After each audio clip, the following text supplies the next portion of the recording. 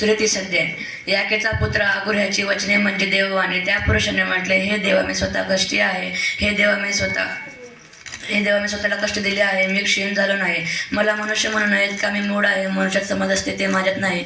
परमपंत्राचे मला ज्ञान आहेत की सुज्ञान मी शिकलो नाही. आकाशात चढून कोण उतरला आहे. वायू आपल्या उदर कोणी धरून ठेवला आहे. जलाशय वस्त्रात कोणी बांधून ठेवला आहे. पृथ्वीच्या सर्व सीमा कोणी स्थापिले. त्याचे नाव काय, त्याच्या पुत्राचे नाव काय, तुला ठाऊक असल्यास सांग. ईश्वराचे प्रत्येक वचन शुद्ध आहेत. त्याचा आश्रय करणाऱ्यांची तो ढाल आहे. त्याच्या वचनात तू काही भर घालू नकोस. घालशील तर तू तुझे दोष काढेल, उघड करेल आणि तू लबाड ठरशील. मी तुझ्याजवळ 2 वर मागतो. मी मरण्यापूर्वी दे. नाही म्हणू नकोस. व्यर्थ अभिमान लबाडी माझ्यापासून दूर राख. दारिद्र्य किंवा श्रीमंती मला देऊ नकोस. आवश्यक तेवढे अन्न खायला दे. माझे अतितृप्त झाल्यास कदाचित मी तुझा आवेर करेन आणि परमेश्वर कोण आहे असे म्हणेन. मी दारिद्र्य राहिल्यास कदाचित चोरी करेन आणि माझ्या देवाच्या नावाची निंदा करेन.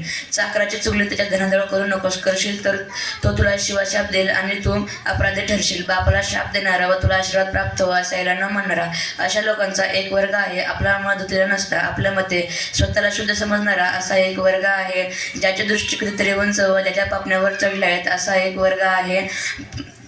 मनुष्य पृथ्वीवरून कंगाल व मनुष्यापैकी गरीब यांना खाऊ नये तसे करावे. असे तलवारीसारखे ज्यांचे दात व सुरासारखा ज्यांच्या दाढा असा एक वर्ग आहे. तळव्याच्या 2 कन्या आहेत. ते दे दे असे ओरडत असतात. कधी तृप्त होत नाहीत. अशा 3 वस्तू आहेत. पुरे म्हणून कधी म्हणत नाहीत. अशा 4 वस्तू आहेत. त्या आदोलोक, वांज्याचे उदर, पाण्याने कधी पोट भरत नाही अशी पृथ्वी, पुरे म्हणून कधी न म्हणणारा अग्नी, जो डोळा बापाची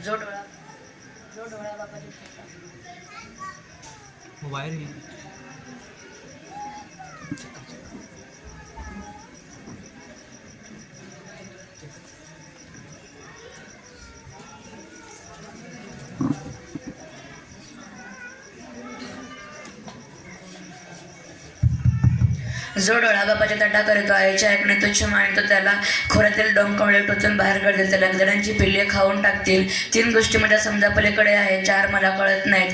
गरुडाच्या आकाशात उडणे, खडकाचे सर्पाचे खडकावर सरपटणे, जहाजाच्या समुद्रावर चालणे व पुरुषाच्या तरुणीशी संबंध. 3 गोष्टींनी भूमिकंपित होते. 4चा भार तिला सहन होत नाही. ते हे राजा झालेला दास, अनाने तोडून पोट भरलेला मूर्ख, लग्न झालेली त्रासदायक स्त्री व धनिनेचा वारा चाललेली दासी, लहान व अत्यंत शहाणे असे 4 प्राणी पृथ्वीवर आहेत. मुंग्या अशक्त कीटक आहे तरी उन्हाळ्यात त्यांना साठवून ठेवतात.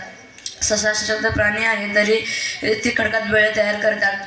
टोळास कोणी राजा नाही तरी त्या टोळ्या करून एकदम उठतात. पाल हाताने धरता येते तरी ती राजमहालात असते. डोलदार चालणारे 4 प्राणी आहेत. डोलदार चालणारे 3 प्राणी आहेत. चौघांची चाल सुरेख आहे. ते हे सर्व वन पशुत्व बलवान असलेला व कुणालाही पाठ न दाखवणारा सिंह, कसलेला शिकारी कुत्रा, बोकड व सेनाधीश राजा. तू गर्वाने ताठ होण्याचे मूर्खत्व केलेस अथवा मनात दुष्कर्म योजलेस तर तू आपल्या मुखावर हात ठेव. दूध घुसळल्याने लोणी निघते, नाक पिसल्याने रक्त निघते, तसा राग चितळल्याने तंटा उपस्थित होतो. जय मसीह.